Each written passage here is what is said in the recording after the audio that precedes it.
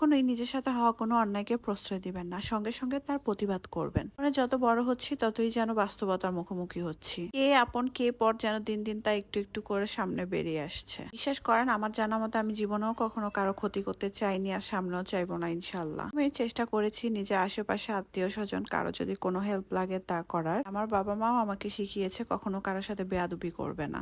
এই জন্য অনেক সময় অনেক কিছু দেখলেও চুপ করে থাকতাম, কোনো প্রতিবাদ করতাম না। কিন্তু দিন দিন যেন তা বেড়েই চলছে। কোথায় আছে না, কাউকে সুযোগ দিলে পেয়ে বসে, তাই একটু একটু করে দিন দিন টের পাচ্ছি। তো আচ্ছা, যাই হোক না কেন, আর বেশি কিছু বললাম না। আজকে ছেলেকে নিয়ে স্কুলে যাওয়ার পর আমার বোনরাও আমার পরে গিয়েছে। কিছুদিন আগে আপনাদের সাথে আমার ছেলের একটা উইন্টার শপিং ব্লগ শেয়ার করেছিলাম, সেই সুবাদে আমার বোনরাও আজকে গিয়েছিল, ওরাও কিছু টুকটাক উইন্টার শপিং করবে। তার উপর আবার আম্মু আজকে বলেছিল আমার ভাইয়ের স্কুলের বেতন দেওয়ার জন্য, তো আমিও গিয়েছিলাম বেতন দিতে। নিজের স্কুল ক্যাম্পাসটা দেখে সেই পুরোনো দিনের কথা মনে পড়ে গিয়েছে। আর চাইলেও কখনো সম্ভব হবে না, স্কুল লাইফে ফিরে যেতে পারবো না। এখানে দেখেন আমাদের টুনটুনি বুড়িটা কি মজা করছে। সবাই কিন্তু অবশ্যই মাশাল্লাহ বলে দিবেন। আর ওরা বাহিরে যেতে পারলে এত বেশি খুশি হয় যে কি বলবো। যেহেতু আমার বোনরাও গেছে, তাই ভাবলাম বোনরা মিলে কিছু একটু খাওয়া দাওয়া করি টুকটাক। ওদেরকে বললাম যে তোমরা কি খাবে, ওরা বললো যে ওরা বেলপুরি ফুচকা এসবই খাবে।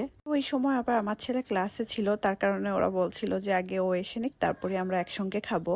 কথা সেই কাজ, তাই আমার ছেলে আসার পরে আমরা ভেলপুরি খেতে গেলাম। আগে আমরা একটু মিঠাইতে বসেছিলাম, ওখানে কিছু সন্ধ্যার জন্য নাস্তা নিয়েছি বাসার। এই লোকটার ভেলপুরি গুলো খেতে অনেক বেশি মজা। এর আগেও আমি আপনাদের সাথে একটা ছোট ব্লগ শেয়ার করেছিলাম। আমি জানি এগুলো খাওয়া একদমই স্বাস্থ্যের জন্য ঠিক না, তারপরও একটু মাঝে মধ্যে খেলে কিছু হয় না। আমার ছেলে তো মামাদেরকে পেয়ে একদমই সারপ্রাইজড হয়ে গিয়েছে, কারণ আমার ছেলে আর আমি কেউই জানতাম না যে ওরা আজকে যাবে। বেলপুরি খাওয়ার পর আমরা একটু ফুচকাও নিয়েছিলাম। ফুচকাটা একদমই ভালো লাগেনি, বেলপুরিটাই ভীষণ মজা ছিল।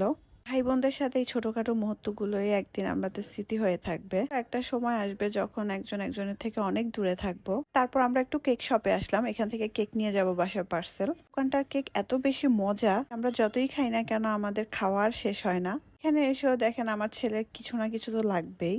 চকলেটটার আমি একটু দাম দেখছিলাম, যেহেতু এই চকলেটটা আমাদের সবসময় দেশের বাইরে থেকে নিয়ে আসা হয়, তাই একটু দেখলাম দামটা কেমন এখানে। তো আমার আজকের ভিডিওটা এই পর্যন্তই। আপনাদের কাছে কেমন লাগলো অবশ্যই জানাবেন। ভালো লাগলে লাইক কমেন্ট শেয়ার করতে ভুলবেন না। সবাই ভালো থাকবেন, সুস্থ থাকবেন, আর বেশি বেশি করে আমার ভিডিওগুলো শেয়ার করে দিবেন। আল্লাহ হাফেজ।